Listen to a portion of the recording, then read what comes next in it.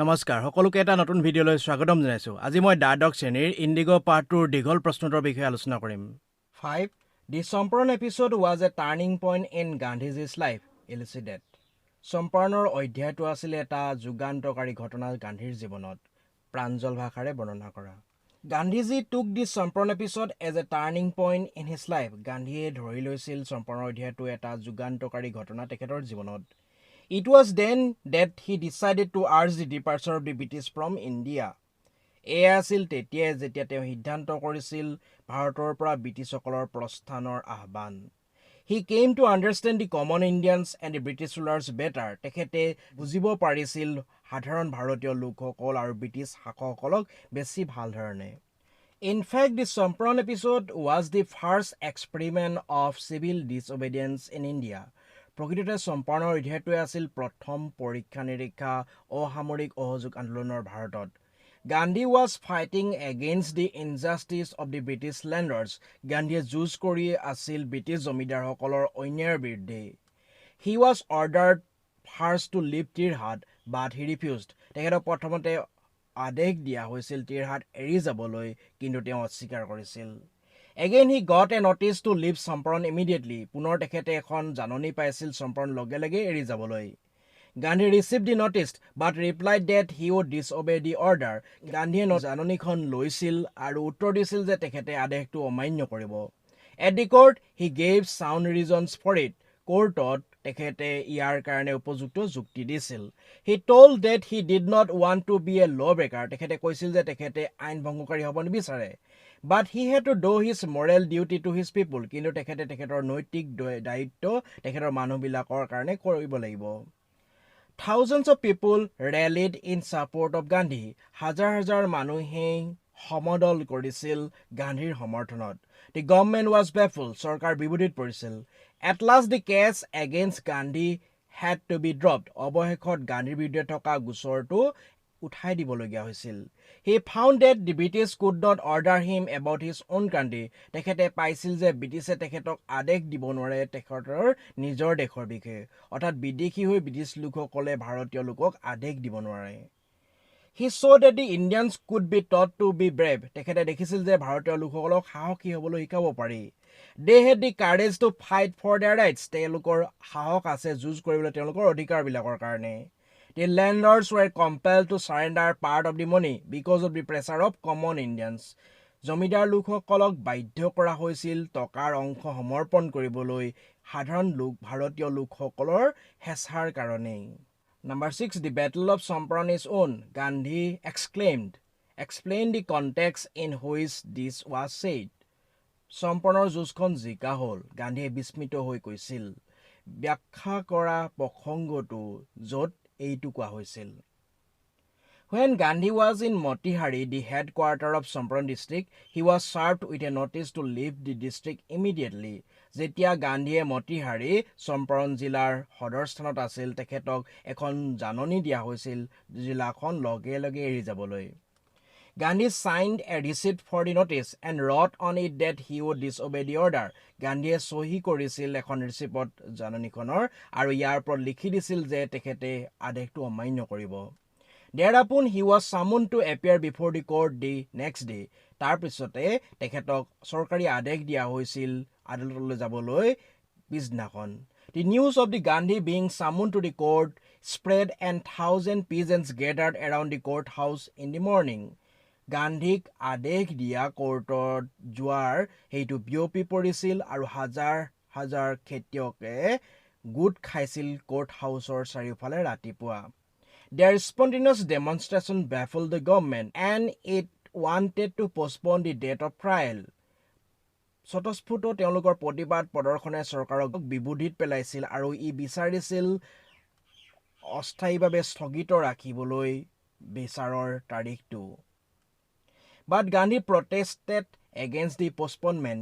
কিন্তু গান্ধীয়ে প্ৰতিবাদ কৰিছিল স্থগিতকৰণৰ বিৰুদ্ধে He told the court that He disobeyed the order to leave, not because he did not have respect for the lawful authority, but because of his obedience to the voice of his conscience.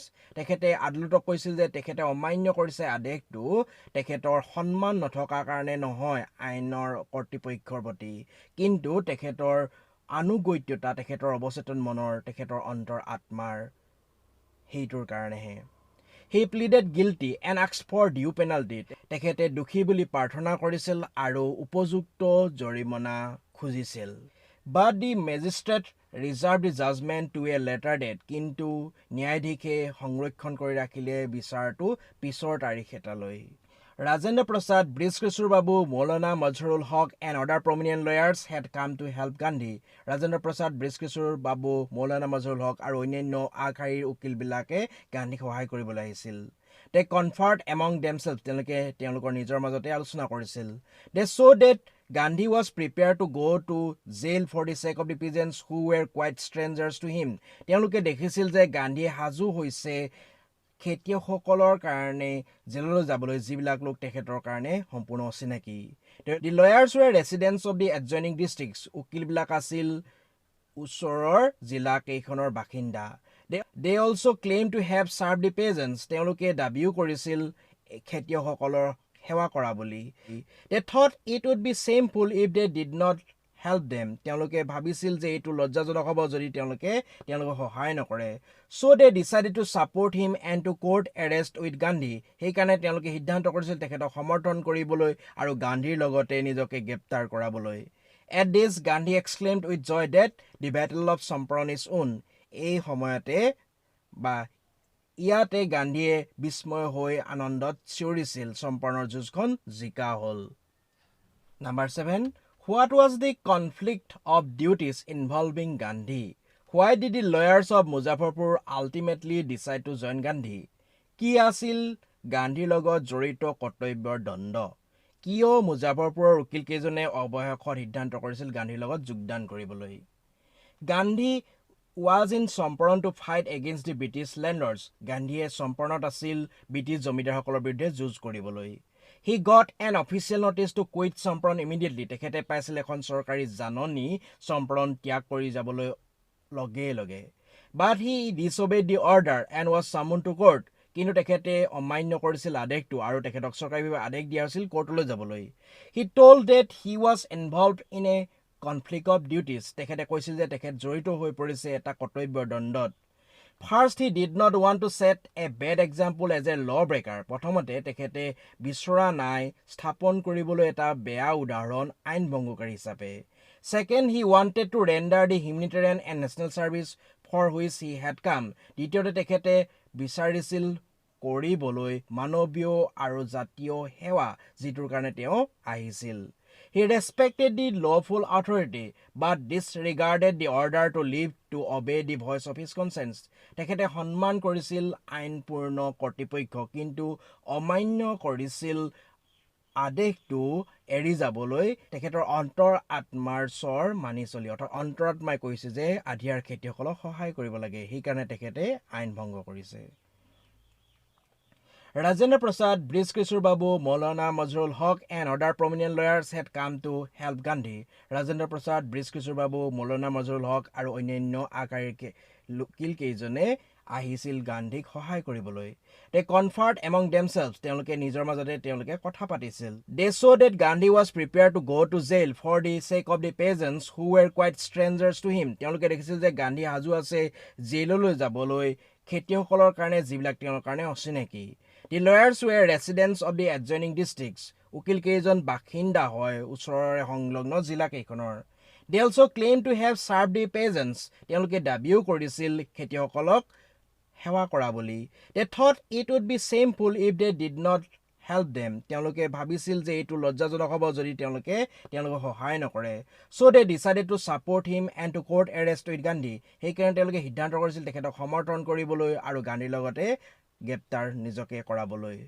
মৰমৰ ছাত্ৰ ছাত্ৰীসকল, ভিডিঅ'টো আজিলৈ মানে ভিডিঅ'টো ভাল লাগিলে like share আৰু কমেণ্ট কৰিবা আৰু চেনেলটো ছাবস্ক্ৰাইব যদি কৰা নাই ছাবস্ক্ৰাইব কৰি ৰাখিবা যাতে ভৱিষ্যতে এনে ধৰণৰ ভিডিঅ' চাবলৈ পাই থাকা। ধন্যবাদ। জয় অসম।